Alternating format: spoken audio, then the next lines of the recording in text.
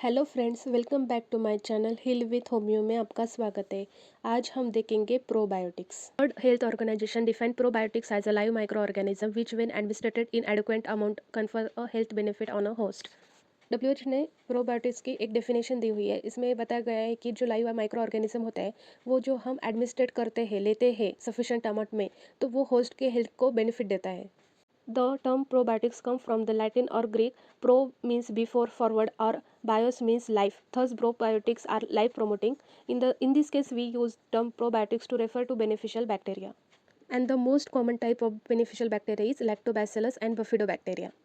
हमने जो इंट्रोडक्शन में प्रोबायोटिक की डेफिनेशन दी हुई थी वो डब्ल्यूएचओ ने दी थी। अब हम देखते हैं कि नॉर्मली प्रोबायोटिक्स क्या होता है। What are the probiotics? Probiotic defined as the micro organism that have a beneficial effect on host intestinal microbial balance. Organism होते हैं वो हमारे इंटेस्टाइन में पाए जाते हैं जो कि माइक्रोबियल बैलेंस बनाते हैं।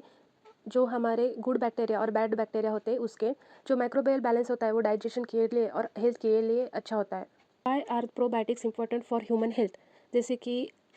जैसे कि एंटीबायोटिक्स, हम लंबे समय तक क्या करते हैं, एंटीबायोटिक्स लेते हैं जो कि हमारे सिर्फ बैड बैक्टीरिया को नहीं मारते बल्कि गुड बैक्टीरिया को भी मारते हैं, इसीलिए हमें डाइजेशन में प्रॉब्लम होती है।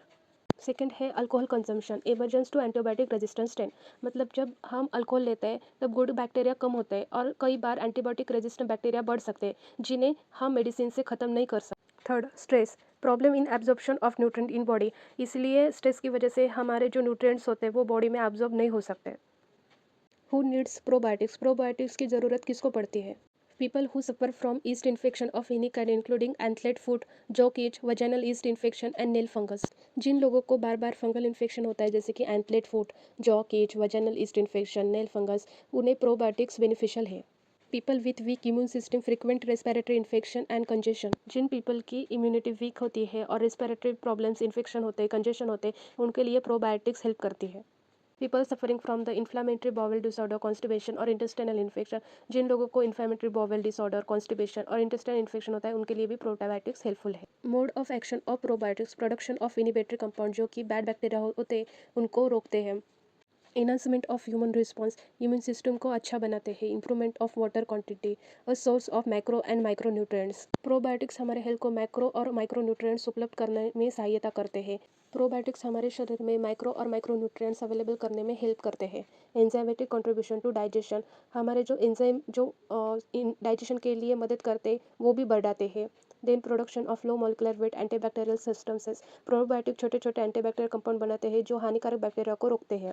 Substance inhibit both gram positive and gram negative bacteria, इनमें बोथ ग्राम पॉजिटिव और ग्राम नेगेटिव ये दोनों भी बैक्टीरिया होते हैं जो कि बैड बैक्टीरिया को मारते हैं।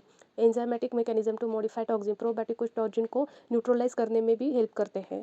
Prevent colonisation of pathogenic micro organism, probiotics bad bacteria को इंटेस्टाइन में कोलोनाइजेशन करने नहीं देते, इसे कॉम्पिटिटिव इनिबिशन कहा जाता है। Characteristics of probiotics, probiotic microorganisms are able to survive the passage through the digestive system. Probiotic digestive system से पास होने चाहिए easily. Probiotic micro organism are able to attach the intestinal epithelial and colonise, मतलब जो probiotics है तो वो intestinal epithelium पर चिपकना चाहिए, कोलोनाइज करना चाहिए।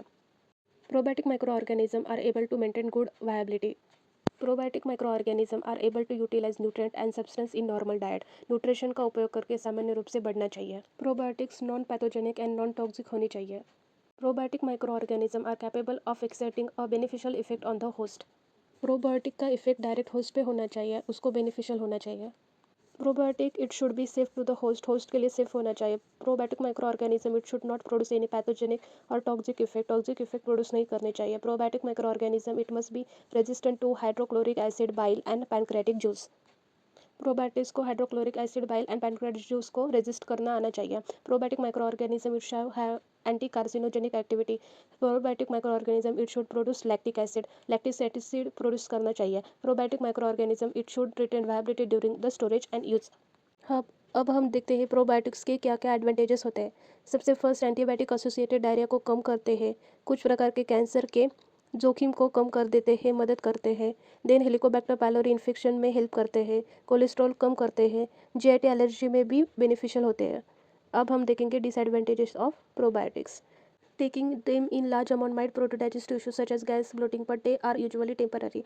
वो टेम्पररी रहता है गैस और ब्लोटिंग, पर जब हम ज़्यादा लेते हैं प्रोबायोटिक्स उसी की वजह से ये होता है। Treating lactobacillus septicemia which is potentially fatal disease caused by consumption of probiotics. Probiotic consumption की वजह से लैक्टोबैसिलस सेप्टिसिमिया होता है, जो कि एक फिटल डिसीज है। डिस्कम्फर्ट इन जीआईटी, एलर्जी और डिस्कम्फर्ट होता है जीआईटी में। Thank you for watching.